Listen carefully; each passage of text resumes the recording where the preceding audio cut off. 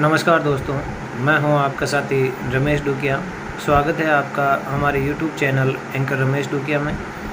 साथियों, आधार रेखा मूल्यांकन को ऑनलाइन करने में अभी हमारे सामने मिडिल स्कूल में कुछ दिक्कत आ रही थी कि जो नए टीसी कटे बच्चे हैं वो अभी तक पोर्टल पे शो हो रहे थे और जो नए एडमिशन हुए हैं वो बच्चे हमारे स्टाफ कॉर्नर पर शो नहीं हो रहे थे। तो उनको अंक देने में हमें दिक्कत आ रही थी और जो टीसी कटे हुए बच्चे हैं उनको भी हमें अंक देने में दिक्कत आ रही थी कि उनका क्या करें, और जो नए एडमिशन हुए हैं उनको अंक नहीं दे पा रहे थे तो उनका क्या करें। उसके लिए मैं आपको जानकारी देने जा रहा हूं। साला दर्पण पोर्टल के स्कूल आईडी से हम इसको डेटा रीसेट कर सकते हैं। सबसे पहले हम जाएंगे गूगल क्रोम में, उसके बाद यहाँ से हम साला दर्पण खोलेंगे।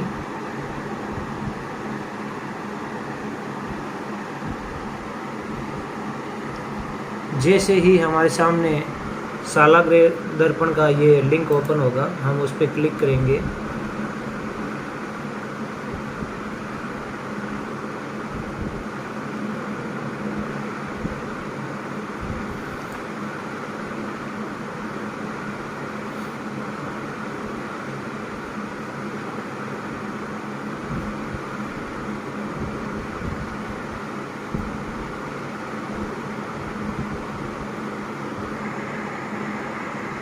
हमारे सामने ये पेज ओपन हो रहा है, ये पेज ओपन हो जाएगा। फिर हम अपने स्कूल अकाउंट को लॉगिन करेंगे। हमारे सामने ये पेज ओपन हो जाएगा।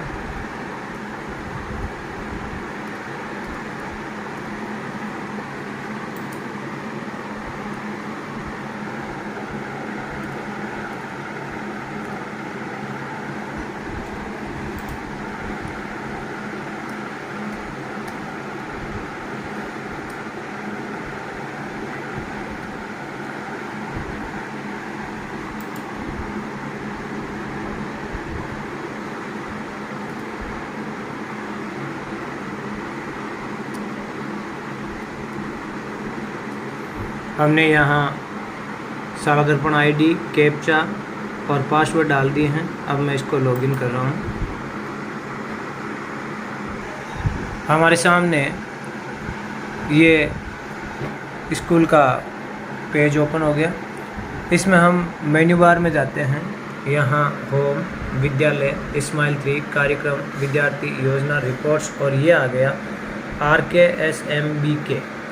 इस पे हम क्लिक करेंगे तो यहाँ दो टैब खुलते हैं। एक खुलता है बेसलाइन असेसमेंट डाटा रीसेट और एक खुलता है बेसलाइन असेसमेंट 2022-23 और एक है बेसलाइन असेसमेंट डेटा रीसेट्स 2022-23।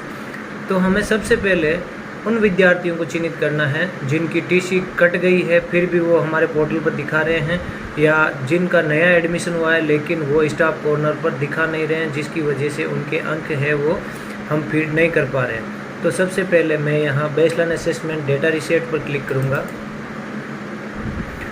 जैसे ही हमने इस पर क्लिक किया हमारे सामने ये पेज ओपन हो गया। यहाँ क्लास 1 है, हमें class select baseline assessment first है, ये हमें चूज करना है। उसके बाद हम यहाँ क्लास पे जाते हैं। जैसे मैं यहाँ कोई भी क्लास सेलेक्ट करता हूँ। मैंने कर ली यहाँ क्लास 4 सेलेक्ट कर ली है, 5 कर ली है।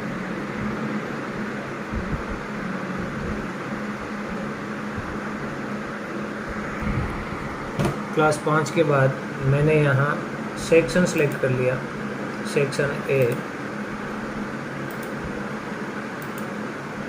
उसके बाद मैंने यहाँ 100 पे क्लिक किया। 100 पे क्लिक करते ही ये बच्चों की लिस्ट ओपन हो गई पूरी। इसमें हमें नीचे नीचे स्क्रॉल करके यहाँ जो आया है स्नैक्स स्टूडेंट्स बेसलाइन डेटा, इस पर क्लिक करेंगे तो यहाँ are you sure want to reset baseline data, इस पर क्लिक करते ही ये लिस्ट आ गई। दोनों में बराबर 26 बालक आ रहे हैं। पहले उसमें 26 आ रहे थे, इसमें 28 आ रहे थे, अब दोनों में बराबर आ रहे हैं। मतलब अब जो टीसी कटे थे वो चले गए हैं और जो टीसी नहीं कटे हैं, नव प्रवेशित हैं, उनकी एंट्री हो गई है। अब हम स्टाफ कॉर्नर में जाकर उन बच्चों के डाटा एंटर कर सकते हैं और बेसलाइन डेटा एंटर कर सकते हैं। इसके अलावा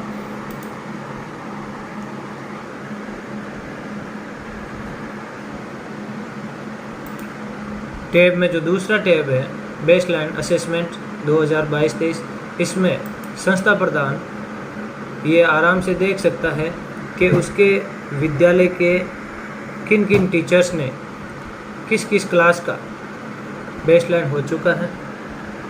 तो यहाँ देख लीजिए, मैं क्लास 3 सेलेक्ट करता हूँ।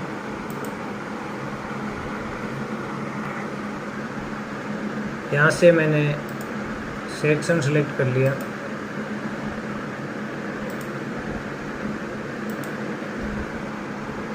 यहाँ से हम सब्जेक्ट हिंदी पे शो करता हूँ। हिंदी में यहाँ पेंडिंग पे क्लिक है, पेंडिंग नहीं बता रहा है, इसका मतलब मैं फील्ड पे क्लिक करके देखता हूँ कि फील्ड हो गए हैं या नहीं।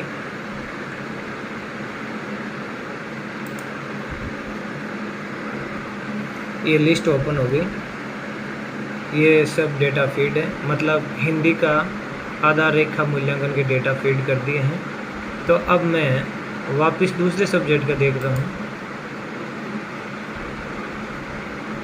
अब मैं मैथ्स के देखता हूँ।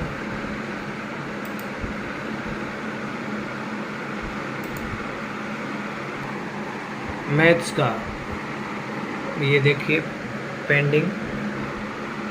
पेंडिंग बता रहे हैं, इसका मतलब मैथ्स का नहीं हुआ है। तो मैं कक्षा 3 के क्लास टीचर से अपील करूंगा कि वो मैथ्स के डेटा है वो फिलअप करें। धन्यवाद दोस्तों, मेरी जानकारी आपको कैसी लगी कमेंट बॉक्स में कमेंट करके ज़रूर बताएं, और यदि मेरी जानकारी अच्छी लगती है तो कमेंट बॉक्स में ज़रूर बताएं। मैं आपको समय समय पर और भी इससे जुड़ी हुई जानकारियाँ देता रहूँगा। इससे पहले मैं एक बार फिर आपको बता दूँ कि हमें आधार रेखा मूल्यांकन में क्या क्या करना है। सबसे पहले हमें स्कूल लॉगिन आईडी से सब्जेक्ट टीचर मैपिंग करनी है, क्लास टीचर मैपिंग करनी है। उसके बाद जिस क्लास टीचर के स्टाफ कॉर्नर पर ये RKMSMB के टैब खुलेगा, वहाँ से आधार रेखा मूल्यांकन के डेटा फीड करने हैं, और चाहें तो आप यहाँ से भी इसके डेटा फीड कर सकते हैं, स्कूल लॉगिन से भी। और यदि टीसी कटे हुए बालक आ रहे हैं या नव प्रवेशी बालक नहीं आ रहे हैं तो उनको यहाँ से RKSMB से स्कूल की लॉगिन आईडी से इस टैब के द्वारा डेटा रीसेट करेंगे तो डेटा उपलब्ध हो जाएगा। आज से पहले ये सीनियर स्कूल में तो खुल रहा था, लेकिन हमारे मिडिल स्कूल में नहीं खुल रहा था। लेकिन आज से ये टैब हमारे मिडिल स्कूल के स्टाफ लॉगिन पर भी उपलब्ध करवा दिया गया है। थैंक यू, धन्यवाद। मेरी जानकारी कैसी लगी मुझे कमेंट बॉक्स में कमेंट करके ज़रूर बताएं। जय हिंद।